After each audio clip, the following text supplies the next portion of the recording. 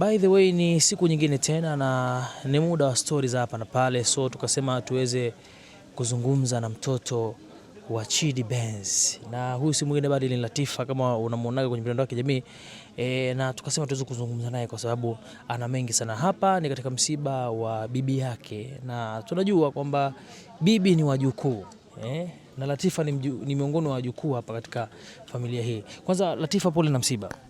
Asante sana. Okay. Kwa haraka mimi najua kabisa kwamba bibi ni mjukuu na mimi naamini kabisa wewe umekulia hapa. Mimi nataka tu unielezeze wewe ambavyo uliishi na bibi moment nzima, unakumbuka nini? Hebu tuanzie hapo. Kiukweli bibi alikuwa ni mtu mzuri, bibi alikuwa ni mtu wa kucheka na kila mtu. Bibi alikuwa anatukumbuka sana wajukuu zake.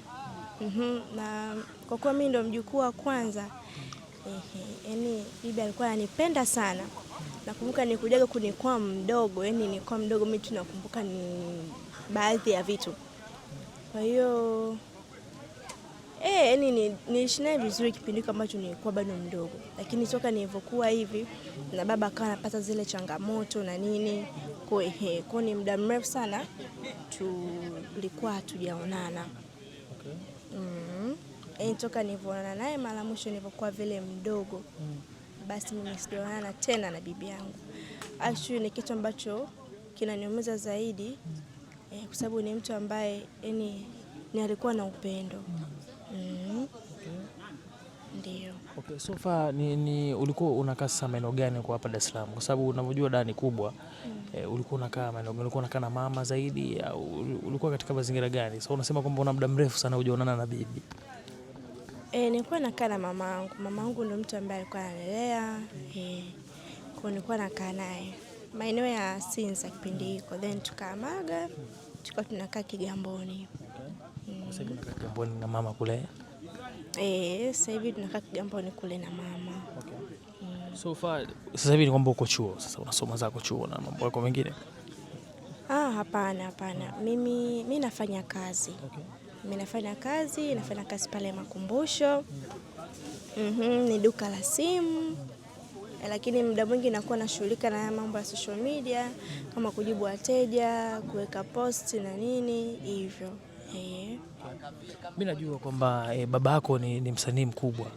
Vipi, uwaga ni kitu gani ambacho unakifurahia kwa baba yako sana katika muziki wake? Mambo gani makubwa ambayo unakubali sana kutoka kwake au muziki upendi kabisa? Hapana, muziki upo kwenye damu. Muziki upo kwenye damu na kuna kitu nakipenda kama muziki.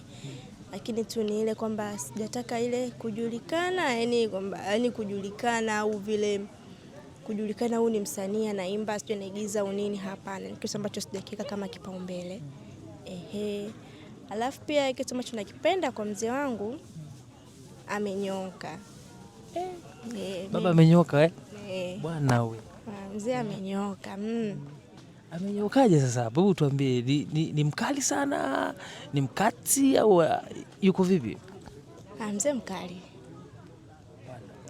Mzee mkali, hataki utani, hataki uongee na wanaume, hata kama ni kaka yako, niweka tu distance, msike ile akakuona, utake uweke distance. Kwa hiyo amekuwa ni mtu mkali. Ni mtu mkali, yani hataki yale mambo umekaa na mwanaume sio amekuona hivi, hapana. Na pia ni mtu ambaye katika nahisi sababu mimi ndo mkubwa. Kwa naona yani katika watoto wake hajawa mkali sana kwangu, yani hajawa yule mkali sana kwangu yani. Ni vile tu amekuja kwa sababu amekuja kukaa saa juzi tu hivi. Kwa amekustali mimi nishakuwa mkubwa. Kuna vitu ndio kusana kosea kama mtoto, lakini pia tunakaa chini tunaelekezana. Hatumii tena ule ukali ambao alikuwa nao zamani. Bwana. Hivi wakati ule ambapo yuko katika ilikuwa inaumiza. Actually mara nyingi nilikuwa sipo mtandaoni, nilikuwa mamangu alikuwa anaruhusu na simu. Kwa hiyo walikuwa hawaniambii, lakini mimi tayari najua kama mimi babangu ni mtu fulani. Unajua na ukienda shule ile muda tu kuna muda tu hivi naponyoka unasema mimi babangu Chida, umesikia muziki wake umepigwa utasikia babangu anaimba.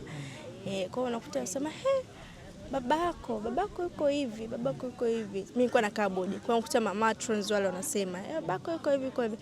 Kwa sometimes ile ilikuwa inaumiza na nilikuwa namuombea sana.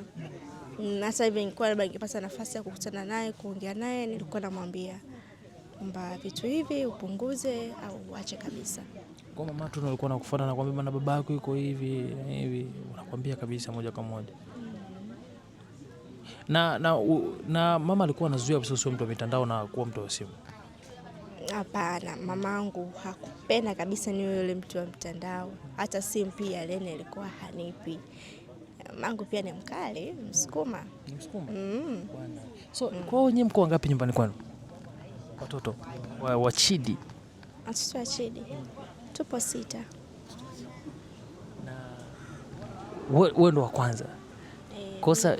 Kosa hivi una wadogo zako wangapi? Ndugu zangu 5. 5. Wote ni wa kike au wa kiume? Wote ni wa kike. Bwana wewe. Dadas. Hatari sana. Kuna kitu kimoja ambacho nilikuwa nafikiria sana. Unasema kwamba muziki uko kwenye damu. Hivi ina maana unavyosema hivyo ni kwamba kuna siku tutegemea utakuja kuwa mwanamuziki? Hapana, napenda tu muziki. Nakuta nikikaa hivi nikiusikiza na na feel muziki. Hivyo tu. Lakini mbali na hapo hapana. Ni muziki gani ambao unaukubali wa baba? Ambao yani wewe yani ukisikia tu mwenyewe unasema I say noma sana. Mashallah. Aliomba na Mzee Yusufu. Mashallah. Bwana wewe.